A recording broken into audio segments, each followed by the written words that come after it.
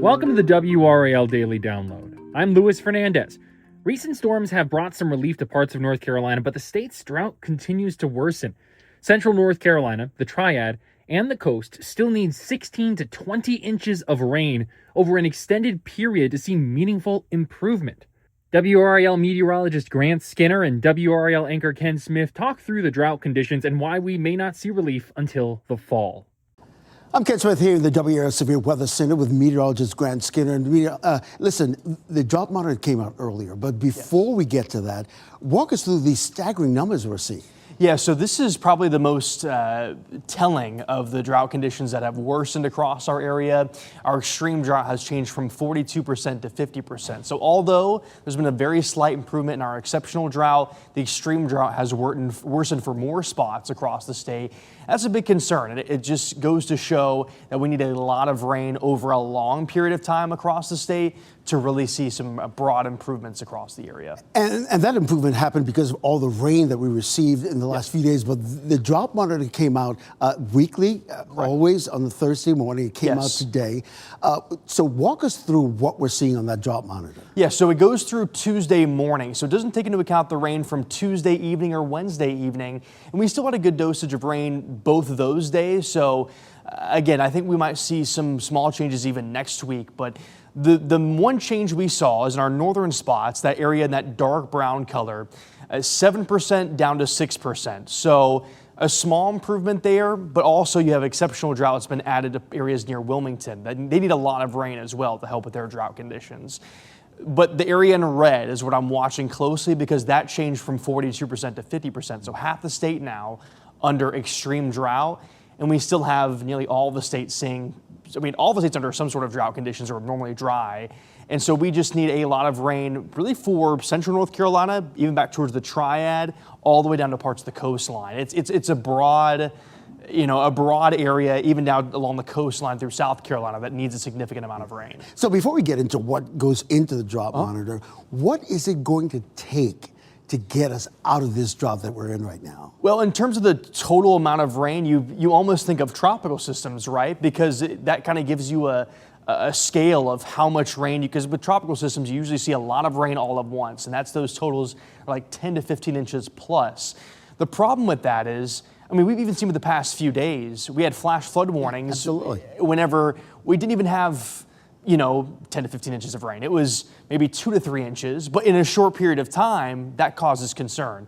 When you get 10 plus inches, especially like what we saw with Chantal, we had areas near Chapel Hill, surrounding areas that had a significant amount of rain in just a very small period of time. I was here with Mike Mays for a good portion of that evening as we were seeing conditions deteriorate that evening.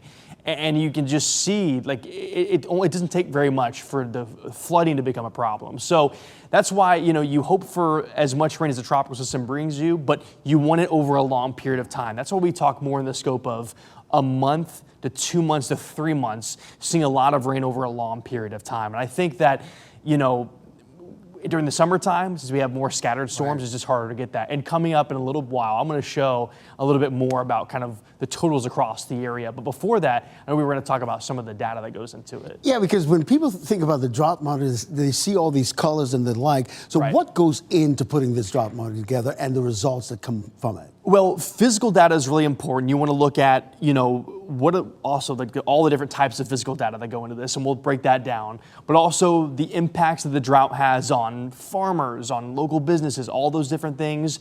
And then, of course, local experts will bring their input into it. So the physical data, there's a lot of different types, but there's, of course, precipitation, which is a big one.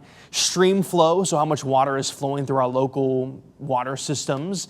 And of course, reservoir levels are a big deal as well. We talk about Falls Lake, those areas, have they seen improvements? And again, we've talked about Falls Lake seeing some slight improvements, but it's just not enough. They still need a significant amount to really help them out.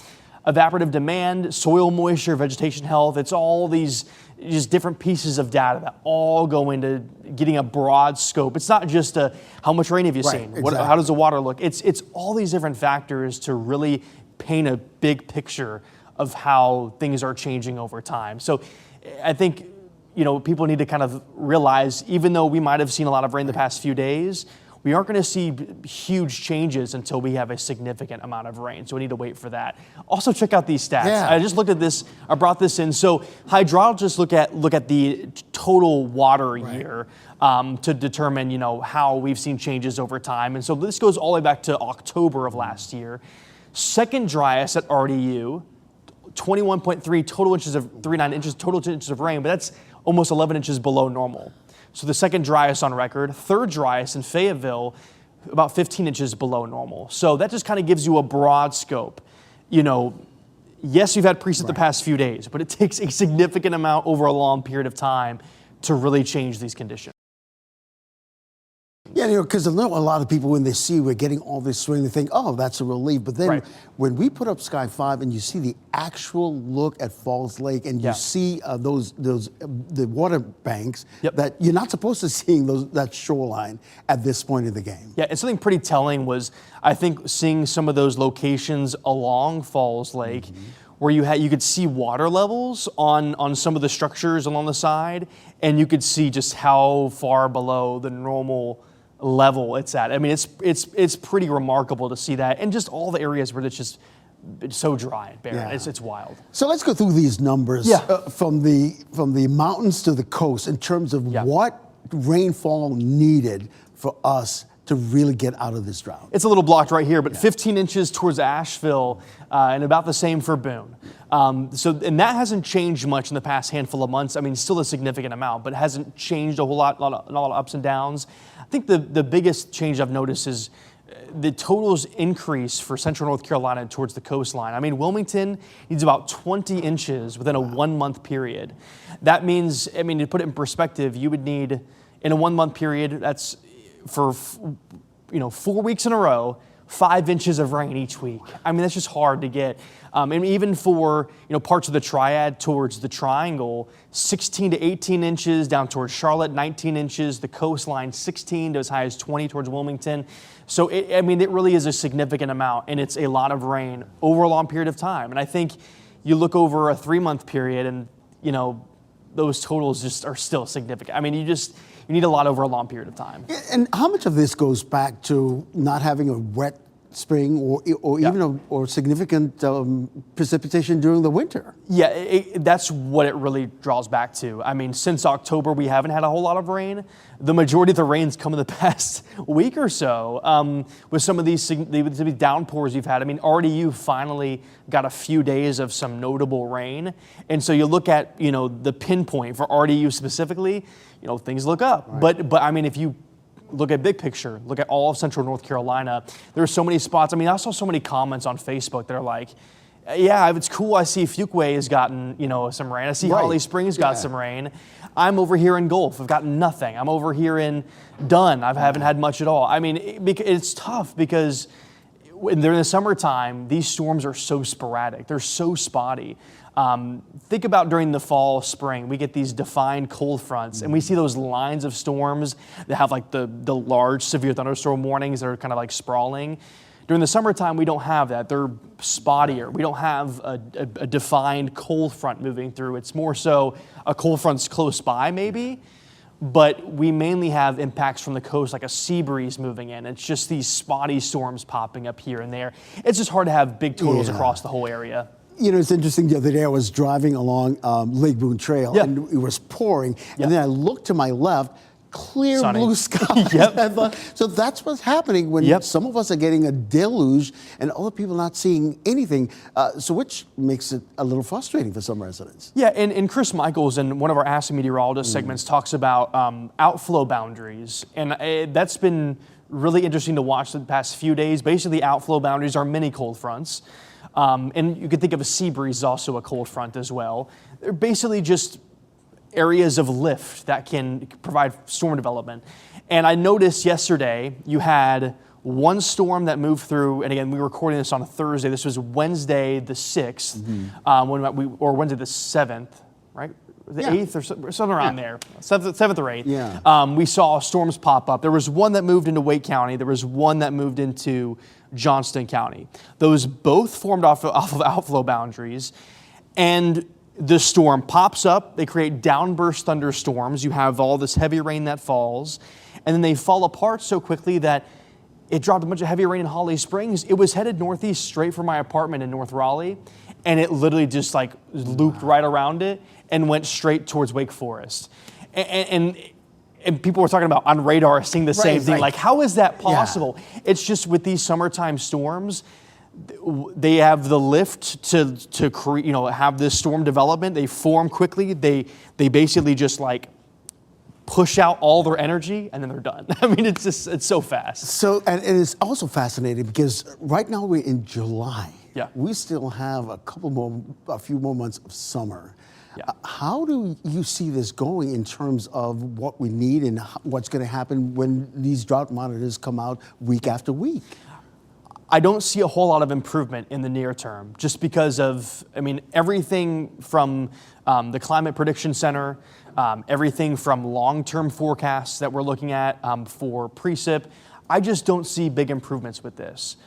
Even if we got multiple weeks with some days like we've had the past few days, where we have some heavy rain here and there, widespread across central North Carolina, I don't see any big improvements.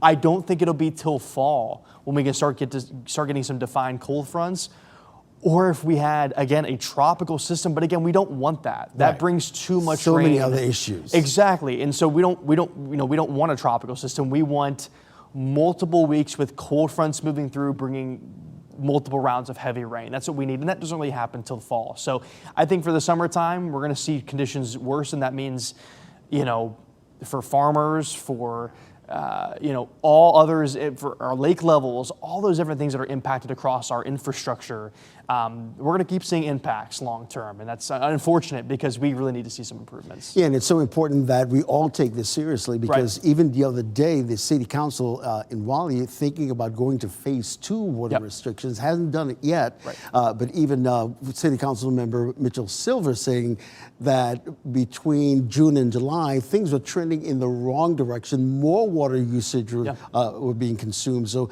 important that people take these numbers and the drought monitor very seriously. Yes, these numbers, and then whatever restrictions you have.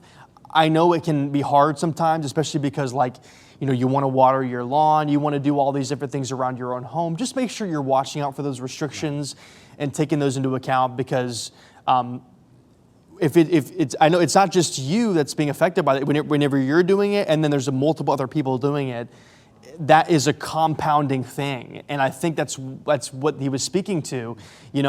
We still need to be diligent about, taking these restrictions seriously and understand that this is a broad, it impacts areas broadly. And we just need to make sure we're, paying attention to those different restrictions and being smart about this. Yeah, because this is a marathon. Yes, it is. It is not a sprint. It is a marathon. This is going to be lasting through likely the end of summer, possibly start of fall.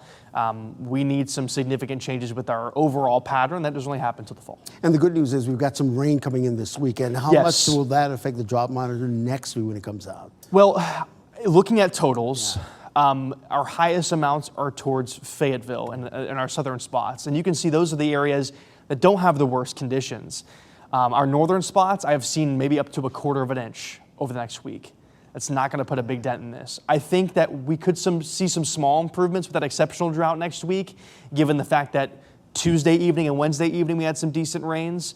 But again, those were over isolated spots. The exceptional drought's not just going to go away.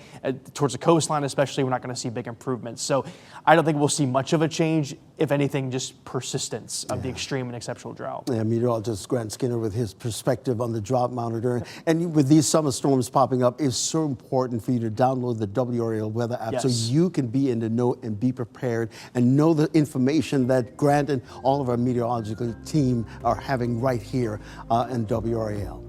Thank you to Grant and Ken for that conversation. And thank you for listening to the WRAL Daily Download and for making us part of your morning routine. Find the latest North Carolina news on our YouTube page. Just search WRAL. Another great way to get WRAL news is the Morning Briefing newsletter. It's a daily email with Triangle news, events, and headlines to help you get ready for the day. Sign up at WRAL.com/newsletter.